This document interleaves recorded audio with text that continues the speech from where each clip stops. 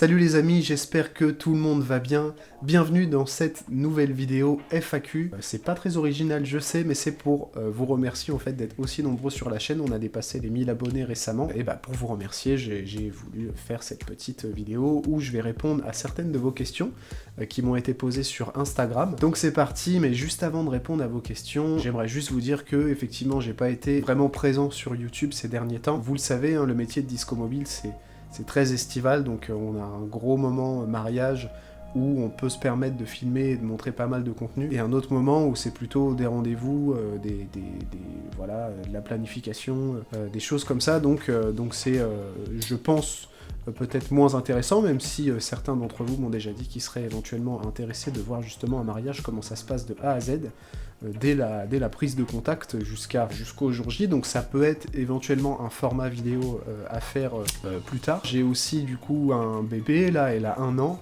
elle a pris 1 an il n'y a pas longtemps, ma fille, donc c'est vrai que ça prend énormément de temps, donc voilà, je suis quand même vachement pris, mais je vais essayer de revenir en tout cas cette année en force, sur YouTube pour vous montrer un maximum de choses. C'est parti pour les questions, on traîne pas plus longtemps. Première question de LuluDBSS. Depuis combien de temps as-tu cette passion pour le DJing ?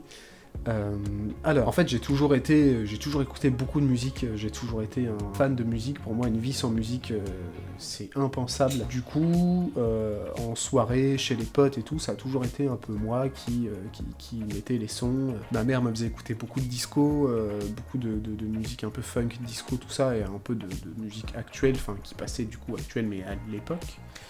Et mon père, c'était plutôt tourné folk, blues, rock, voilà, ce genre de musique un peu plus de daron, on va dire. Et donc cette passion du DJ rejoint une autre question qui m'a été posée, question de Corentin L0710, qu'est-ce qui t'a donné envie d'être DJ ? Si vous voulez, avant d'être DJ, je suis guitariste, donc je suis musicien. J'ai commencé à l'âge de mes 11 ans, exactement, à m'y mettre vraiment. Je commençais à 8 ans, mais c'était voilà, je prenais des cours de solfège et tout, ça m'avait saoulé, j'ai tenu 2 semaines. À 11 ans, j'ai voulu racheter une guitare.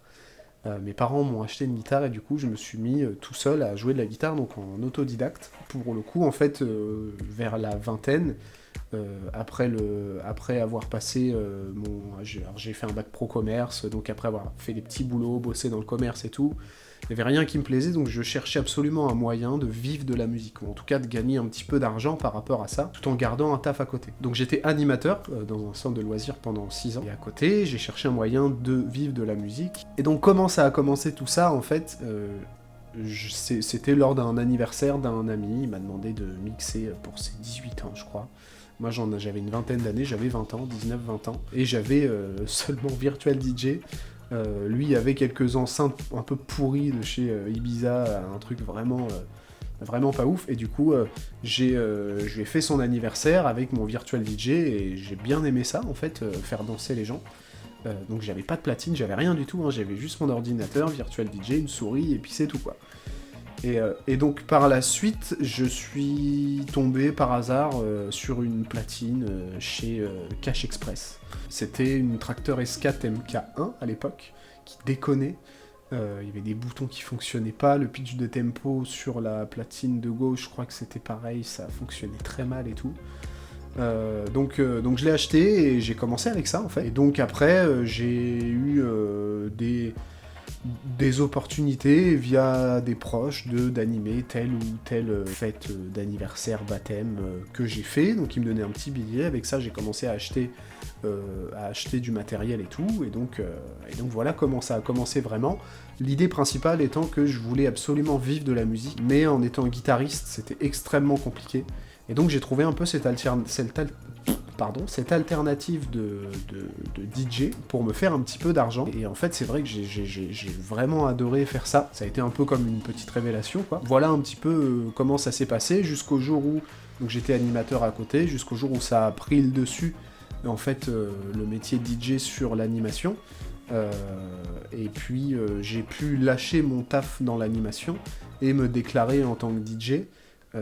Et donc vivent exclusivement de ce métier de DJ, alors depuis pas si longtemps que ça en vérité, donc depuis 2020 à peu près, j'arrive vraiment à... Enfin 2020, il y a eu le Covid, etc., mais en théorie en 2020 j'avais assez de dates pour en vivre.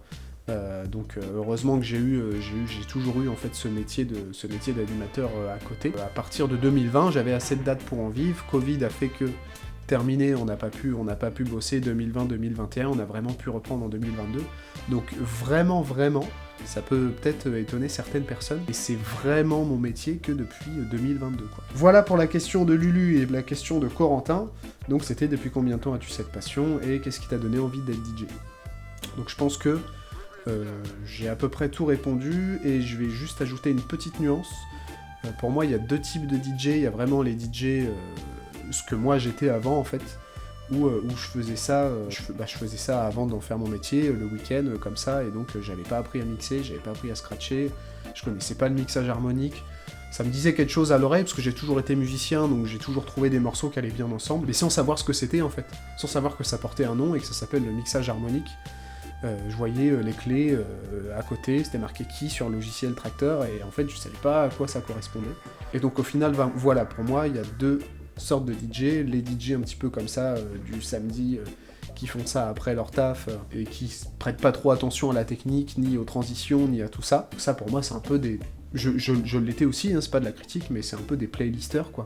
Il n'y a pas vraiment de recherche musicale derrière tout ça. Et donc maintenant, j'ai passé en fait un cap suite à un podcast que j'ai écouté de Chewbacca, je crois que c'était le jour de l'an 2021, je crois.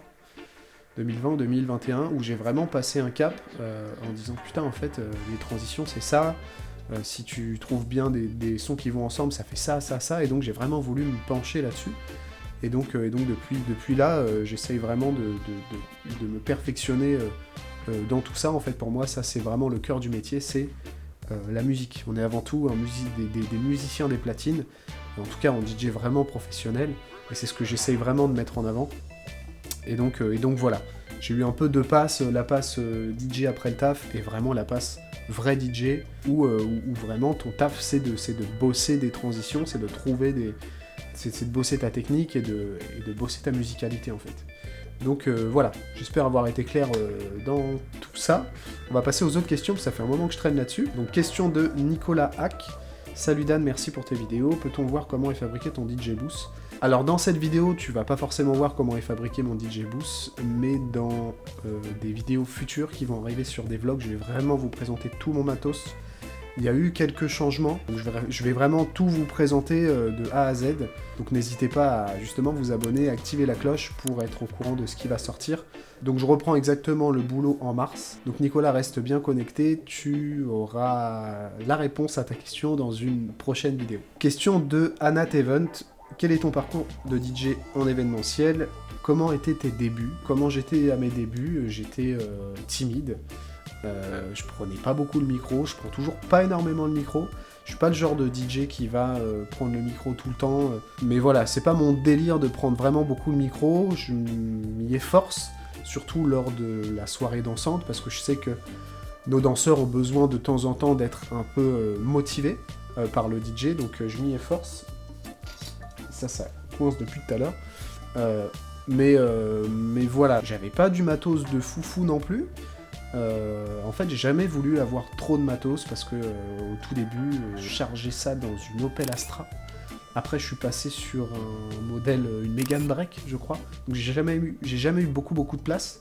Là, j'ai un partenaire, c'est pareil, il n'y a pas énormément de place dedans. Donc voilà, j'ai toujours fait en sorte d'avoir du matos compact mais efficace.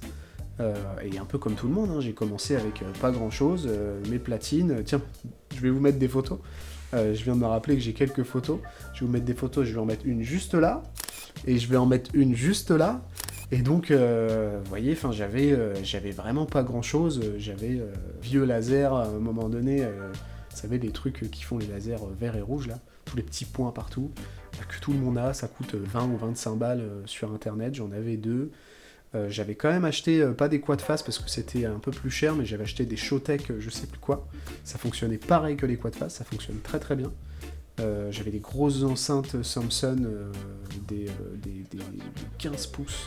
Elles fonctionnaient bien, mais bon voilà, c'était des câbles qui traînaient partout. Enfin, c'était vraiment pas le top du top. Mais ça faisait le taf et j'ai pu comme ça en fait petit à petit racheter du matos. Et donc je regardais beaucoup DJ Régis à l'époque, dédicace poteau DJ Régis, qui a un peu en fait influencé, je pense, toute une petite génération de DJ il y a quelques années. Donc ça se voit justement au parc qu'il y a derrière moi, les 4 parts, je vais mettre une photo ici, là, les 4 parts qu'il y a juste derrière moi quand je fais mes prestats. Et donc voilà, j'avais les totems à un moment donné, j'ai eu du coup, je suis passé des photos que vous avez vues juste avant à ça, donc les totems blancs, un peu ce que vous avez vu, ce que vous voyez aussi sur mes premiers vlogs. Et donc à partir de ce moment-là, voilà, le métier commençait vraiment à fonctionner.